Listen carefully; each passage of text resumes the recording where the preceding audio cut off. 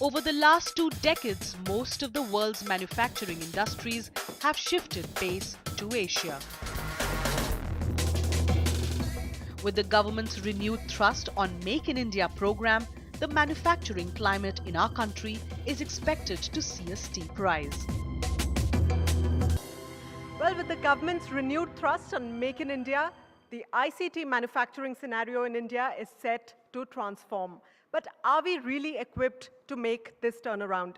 Our next session on electronics manufacturing will answer all that and more. All right, I'd like to first invite on stage the moderator for this session, Malay Shah, Director Advisory Services, EY. The panelists for this session are Dr. Ajay Kumar, Joint Secretary, Department of Electronics and Information Technology, Avinash Ramachandra, Director, Government Affairs and Public Policy, Dell, Nitin Kunkolienkar, Vice President, SmartLink, and also Vice President of the Manufacturers Association for Information Technology, and R.K. Amar Babu, Managing Director, Lenovo India.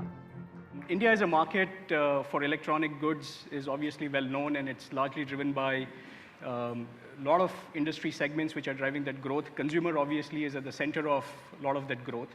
And in fact, some of the recent numbers suggest that our ESDM market in India is going to be $95 billion in 2015. What's worrying, however, is out of $95 billion, almost two-thirds of that market is served through imports. So from an ESDM industry perspective, it is quite imperative that one of the visions that we are trying to get to is how we can become, to a certain extent, import neutral, and potentially even take the vision even forward, where we can become potentially an export hub into multiple other geographies and countries. So let me start off by getting very quick views from our participants in terms of what is their vision for electronics manufacturing for India and the roadmap forward ahead for us. So let me start with Dr. Ajay Kumar first, and get an understanding of, from a government perspective, what is the vision for electronics manufacturing for India? What are those different facets which are going to be very important as we look at making electronics manufacturing a successful industry for India?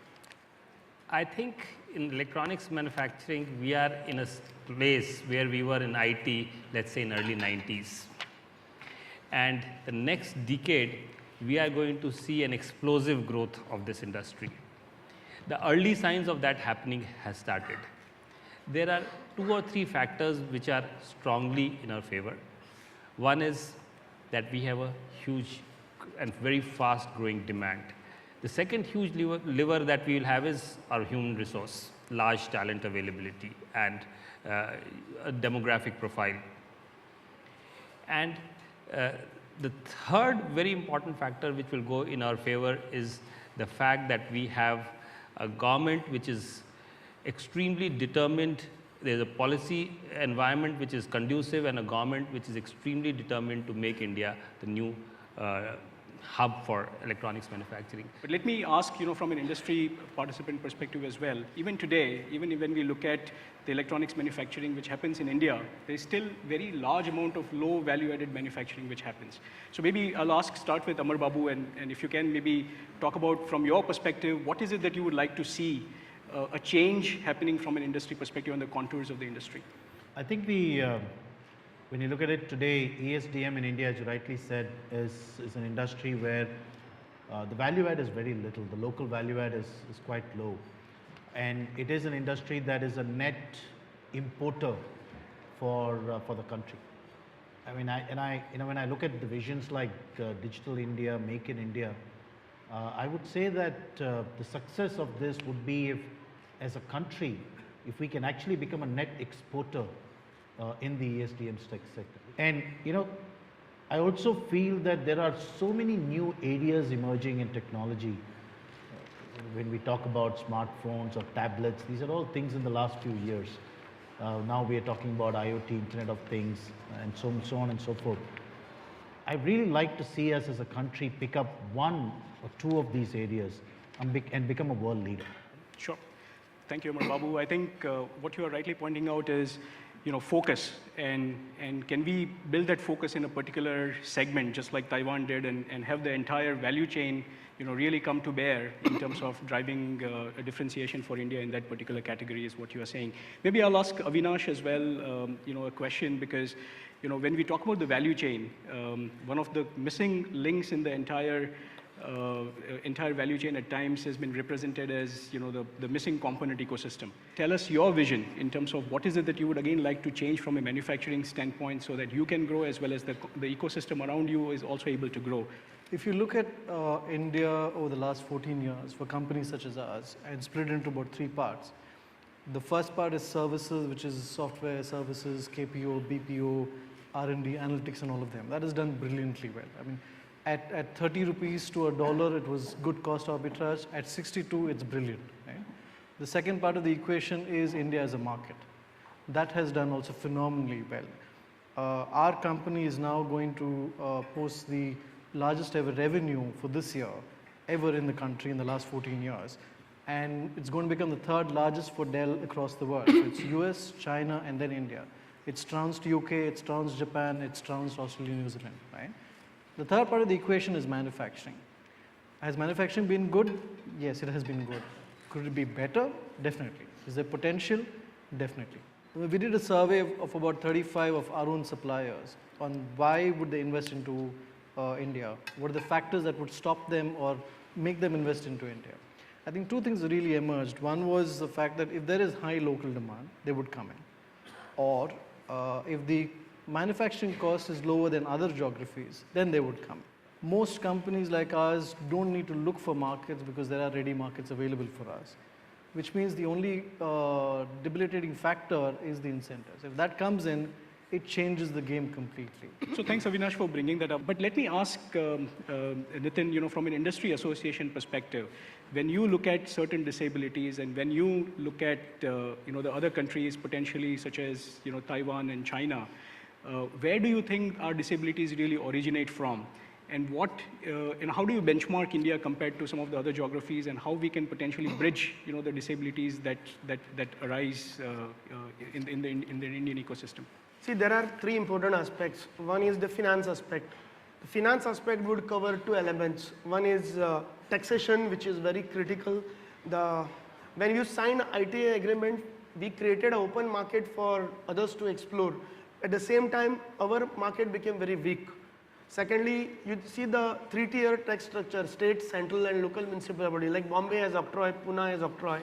The disparity in the sales tax rates or VAT rates across the country, it's a mess. No one knows. So we need to first arrest that. So I feel this is one of the major disability. Second disability is in the finance cost, the cost of financing. Here again, there are two elements. One element is the cost of funding, banks and all. Secondly, you must see the 50% of the IT procurement is by government all across the country. Now, when most of the vendors, they plan 2 to 3 months in advance, they plan their funnel, they know that government, we are planning this order. They start building up the inventory. Then they supply, and the process of payment, which is certification, which takes another 3 months. So almost for 6 months, you are blocked. And again, at the high cost of funds. So there are dual disability. Government has to re-engineer complete process. Third is on the supply chain side. Today, India does not have a component system. We need to rely upon China. Second option is to get the SKD or CKD from places like Hong Kong, Singapore, Taiwan. Now, there the cost of operations, everyone agrees they are very high. Today, if you shift these hubs in India, you create component supply hubs or component facilitation hubs in this country, probably that cost would come down, and Indian government can think of some incentives. I just want to add to what Nitin said. All these disabilities, when you add it together, depending on what valuation you put, is I think somewhere around 20 to 25% incremental cost. Now, when I look at Lenovo's manufacturing, I can tell you that our cost of manufacturing per PC or whatever is actually competitive with what Lenovo's factories in China are. So despite these disabilities, we're actually quite competitive. Now, there are two ways to look at it, right? Imagine what you could do if you remove these disabilities. Suddenly, it just makes Indian manufacturing so much more competitive. So even within, let's say, a multinational like Lenovo, if I start looking at one unit being a lot more competitive, there's a natural tendency to move business or manufacturing into that part of the, that part of the world. So I think there is a serious need to look at it not just for new units, but also for existing manufacturing units. I think Make in India, I think there is a general tendency that Make in India means attract a lot more of fresh manufacturing. That's important. I'm not denying it at all. But I think in addition, there is a huge scope of taking existing manufacturing units, expanding it making them more competitive, and players who have already invested so much, I think they would love to invest more and make it a lot more viable with better ROI.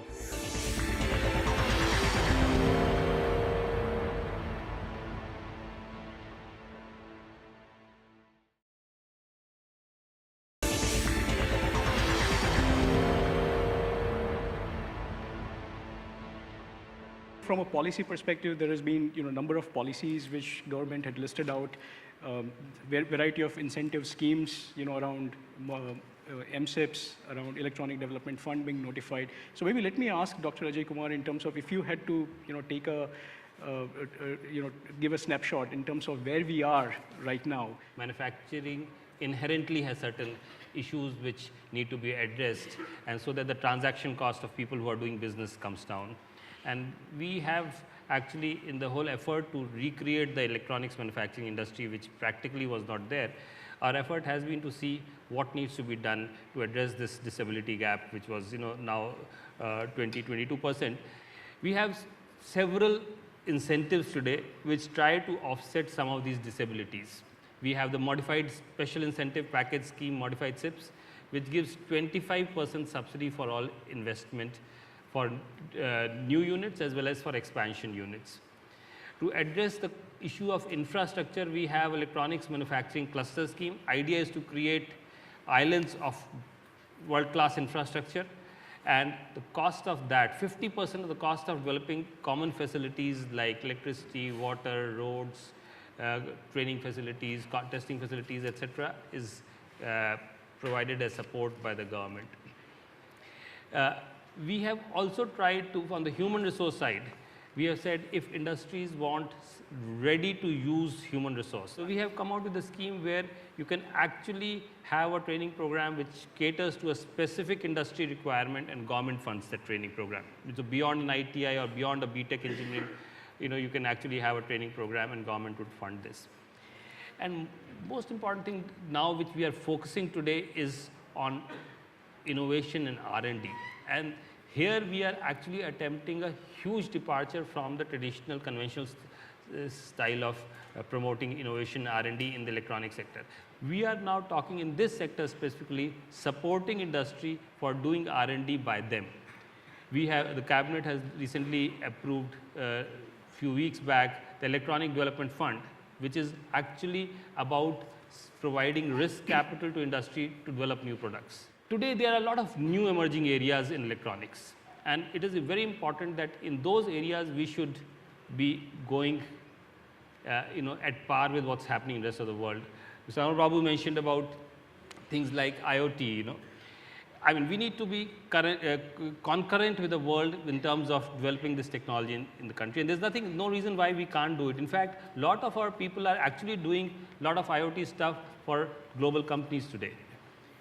Another such area is flexible electronics, large area electronics. We have, with industry collaboration, we are in process of setting national centers for such new and emerging technology areas, which will make sure that 5 years, 10 years down the line, when these technology areas become more popular, wearable electronics is part of that, we are actually able to participate fully. So let me touch upon, from the industry participant perspective, when we talk about emerging technologies, clearly there is a shift happening, from PCs to potentially a lot of mobile devices. You have your mobility practice as well. There are different kind of products which are coming out. What are those product categories that you feel that India should focus on so that we don't spread ourselves too thin? Amar Babu, you have any views or thoughts on that? Obviously It's literally not the million, but the billions of dollar question, right? I mean, it should be something that is of global scale. There are, Internet of Things is itself such a wide array of, there's sensors within that, there is obviously devices, there are health monitors. I mean, it's itself such a wide range. We're talking about this whole area of 3D printing. I think in each of these, I think the potential is immense. I believe the government is the right body to take that vision. I mean, industry can give a lot of input. I think if the government can look at it from a capability standpoint, in terms of the people, the R&D, direct. I mean, some of these schemes are really fantastic. I must compliment the government. I think in the last couple of years, and especially in the last few months, I've seen a lot of activity and a lot of interest in genuinely making a difference. If we can just direct these rather than, spreading it too thin, if we can direct these to a few of these areas, I think there's immense opportunity and a wide spectrum to choose from. Avinash, would you want to add to that? The Internet of Things is not an area which is, I think, derived by a host of things. It's design on one side, R&D on one side, it's manufacturing, it's integration, and I think the main part of it, which is not related to technology, is integration into the global world itself, right? We recently, I think, during President Obama's visit, we signed an agreement with on ICT with the US government. I think that opens a lot of roads for us as India to work with them, with their organizations, with their industry associations, to see what's happening in Internet of Things, right? Because Internet of Things is going to be dependent on primarily standards development, right? And ultimately be seen as a reckoning force in the whole Internet of Things scheme. Manufacturing is going to come, right? I mean, development is already here in India. Most of the global companies already here. And this particular area, I think, can be seen from both perspectives, from investments coming in for development to happen out of India, and also for us, for India as a country, to develop its own innovation to cater to the global market. Sure. I think that's a very valid point in terms of some of the new emerging areas like IoT and the need for India to be part of the global ecosystem and work on things like standards. And maybe let me ask related question over there. What kind of role the industry can play in terms of shaping some of the standards? The open process should not lead to dumping in this country. We need to have standards. Indian consumers deserve to get the best. That's why probably in the initial days made was for CRO. CRO is the best thing as upon could control at least the influx of all, substandard stuff coming into this country. At the same time, there should not be a very high cost of compliance to these standards. I mean, there has to be a system of rating. The whole approach of the system should be focused towards creating more and more industry-friendly atmosphere. And probably we need to be equipped with enough labs, and there has to be a proper delegation, proper certification process even of the labs.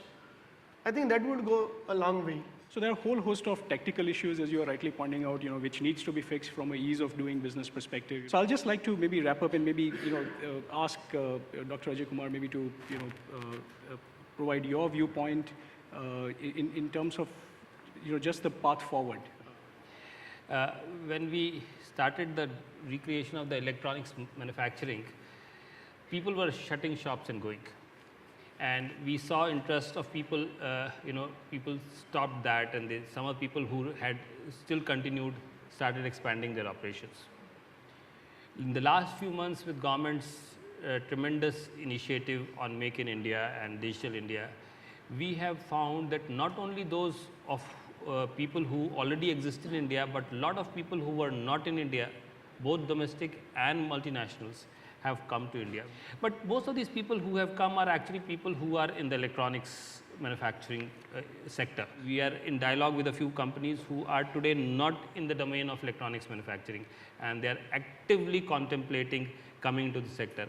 I think once that happens, the target of net zero import is actually going to get exceeded, and I really see electronic sector growing very fast in the next few years. Avinash, would you want to add just one or 2 points? I think what Dr. Ajay Kumar mentioned is absolutely on the point, and there is more to do.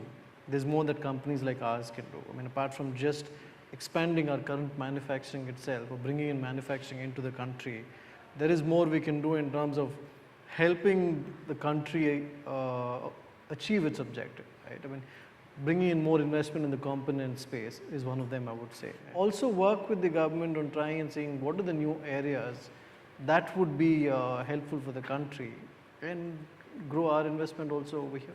Any quick thoughts? Maybe Nitin, just 30 seconds quickly from you. No, we need to be, we should not be emotional, rather we should be rational. We need to work on economy of scale. That should be the mission. We need to manufacture for our country as well as for the emerging countries. Africa is another sector which India should open up. Logistically, over China, we have much advantage. We should not be looking at Europe and US only as exporting partners, but should look at these emerging nations. That is the first thing. So we have to manufacture and devise the economic system linked to this. Second thing, we need to integrate defense, social sector policies, defense policies and economic policies in a combined approach. If you really see as a defense strategy, it makes sense to manufacture electronics in the country in a big way. Second is social sector spending. Electronics would, as we said, so many things happening would flare up. And third thing is your economic policies. Once the electronic happens, obviously the chain effect will be huge. So we need to understand this integration and support this cause. Amar Babu? I don't think ESDM is a choice. I think it's an imperative for our country. Technology is no longer a luxury. And I think we have a Prime Minister who understands it well enough. It's like one of the utilities that's going to drive almost every element of the economy. And we can't be importing that all the time. I mean, we just have to make it happen. The base is all set. This is the best time. I think this is the most optimistic I have been that we would see ESDM happen. Of course, it needs to translate into execution, and there's always been a gap. But my judgment is that even if 50-60% of what is laid out in the vision happens, I think we would be dramatically changing the whole landscape as we move forward. Great. Thank you so much, for those thoughts. I think from a vision standpoint, clearly the vision is the right vision. I think we are moving in the right direction. There is an imperative, there is a need, both from an industry, from a government, as well as from an association standpoint. And I think when we meet next year, potentially the market would have grown much bigger. Appreciate, all your participation, and thanks to listening. Thank you. Thank you. Thank you.